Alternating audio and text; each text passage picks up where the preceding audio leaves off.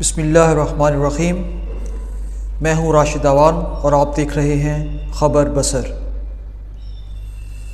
چلتے ہیں جی آج کی اہم اپڈیٹس کی جانب۔ سب سے پہلے سب سے اہم اور پچھلے ایک ہفتے سے سب کے اعصاب پر سوار ایک ہی خبر کہ chief of army staff, field marshal اور کمانڈر آف ڈیفنس فورسز کا نوٹیفیکیشن ایشو کیوں نہیں ہو رہا۔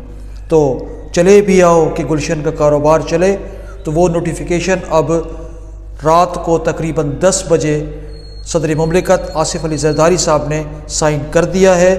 تو اب گلشن کا کاروبار بھی چلے گا اور بہت خوب چلے گا، اور جو لوگ سوشل میڈیا کی چائے کی پیالی میں طوفان اٹھا رہے تھے، اب وہ بھی کہیں ساحلوں سے ٹکرا کر سر پھوڑ جائے گا۔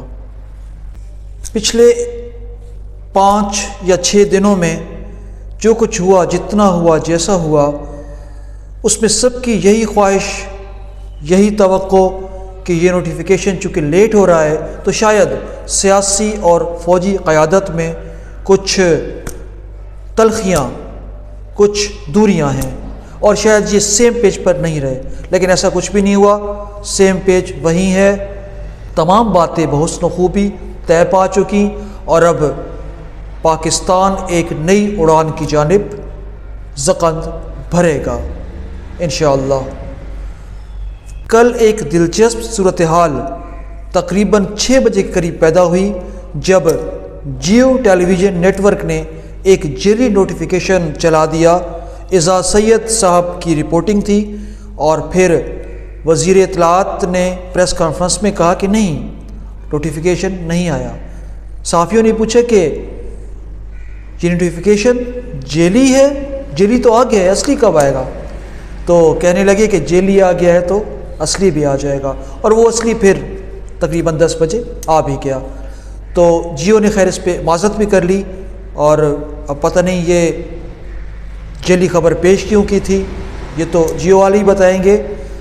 تو صورتحال کچھ یوں کہ جو نوٹیفیکیشن آیا ہے اس کے مطابق Asim Munir chief of army staff, field marshal اور کمانڈر آف ڈیفنس فورسز ہوں گے 2030 تک۔ ان کے ساتھ ساتھ ظہیر احمد بابر سندھو، ہمارے پراؤڈ چیف ایئر مارشل، اور یقیناً ان کی مدت ملازمت میں بھی 2 سال کی خصوصی طور پر ایکسٹینشن کی گئی ہے، اور اس پہ یقیناً خوشی بھی ہے، اور ایسا ہونا بھی چاہیے تھا۔ ایئر فورس ہمارا سرمایہ بھی ہیں، ہمارا فخر بھی ہیں، اور جو انہوں نے پچھلے معرکے میں اپنی مہارت اور اپنی ذہانت کے ثبوت پیش کیے گئے ہیں، ہم ہی کیا پوری دنیا معترف ہے۔ اچھا جی، ابھی مزید بہت ساری ڈیولپمنٹس ہونی ہیں۔ ابھی نیشنل اسٹریٹجک کمانڈ کے ایک 4 اسٹار جنرل بھی اس پریمیسز کا حصہ ہوں گے، جو کمانڈر آف ڈیفنس فورسز کا آفس سیٹلمنٹ ہوگی۔ تو اس میں ابھی 2 مزید 4 اسٹار جنرل آنے ہیں، ایک وائس آرمی چیف اور ایک کمانڈر اسٹریٹجک کمانڈ۔ تو وہ بھی ابھی تعینات ہونے ہیں، دیکھیں وہ کب ہوتے ہیں۔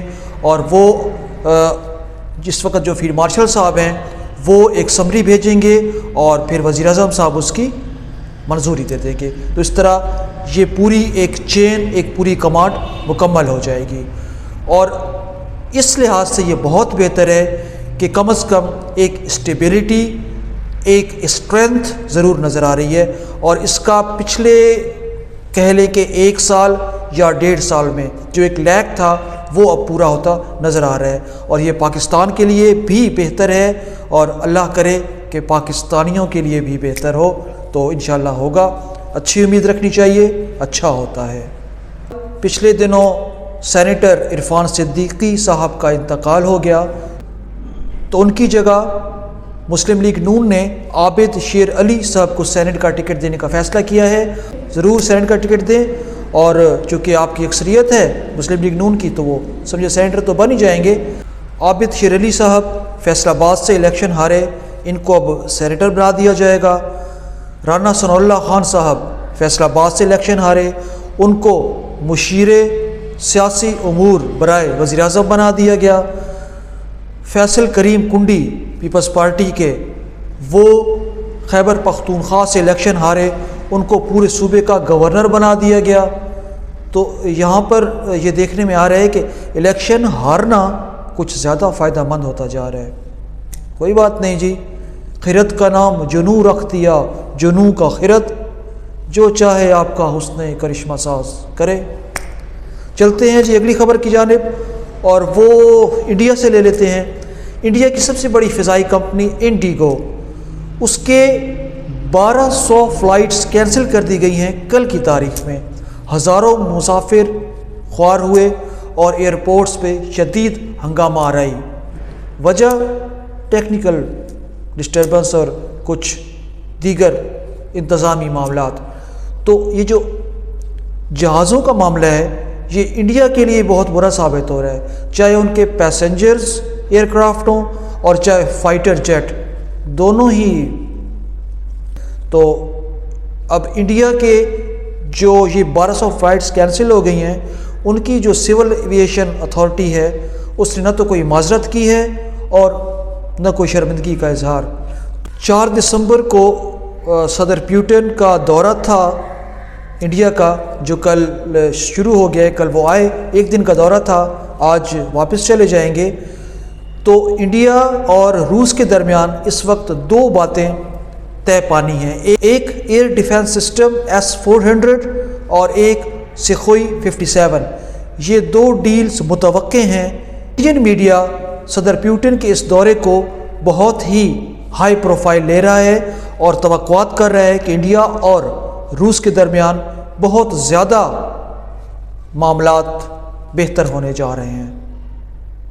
اچھا جی، اب کرکٹ کی بات کریں۔ ایشز سیریز انگلینڈ اور آسٹریلیا کے درمیان کھیلے جانے والے ٹیسٹ میچز، اس میں Australian left arm bowler Mitchell Starc, انہوں نے وسیم اکرم کا ریکارڈ توڑ دیا ہے اور انہوں نے ٹیسٹ کرکٹ میں 418 وکٹس حاصل کر لی ہیں۔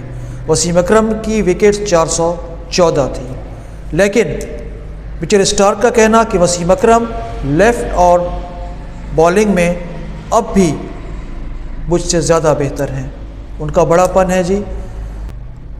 شان پولاک جنوبی افریقہ کے بالر، ان کی وکٹیں 421، اور اس طرح وہ مچل اسٹارک سے بھی آگے ہیں۔ اگلی خبر T20 ورلڈ کپ جو مارچ میں 2026 انڈیا اور سری لنکا ہوسٹ کر رہے ہیں، اس میں کہنے میں آ رہا ہے کہ سلمان علی آغا کو ہی کپتان رکھا جائے گا، کیونکہ ان کی قیادت میں ٹیم اسپرٹ دیکھا گیا ہے اور ظاہر ہے کہ وننگز بھی دیکھی گئی ہیں، تو یہ زیادہ چانسز ہیں کہ ان کو ہی کپتان برقرار رکھا جائے، لیکن شاہین شاہ آفریدی کو بھی ذمہ داری دی جا سکتی ہے۔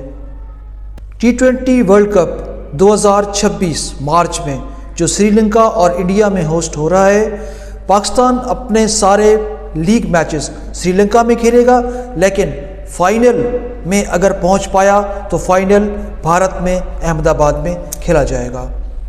سری لنکا میں ورلڈ پاور لفٹنگ چیمپئن شپ، اس میں پنجاب پولیس کی سب انسپیکٹر ارم خانم نے گولڈ میڈل لے لیا جناب، 2 گولڈ میڈل، اور انڈین کاؤنٹر پارٹ جو اس میں شکست کھائیں وہ اسٹیج چھوڑ کے چلی گئیں۔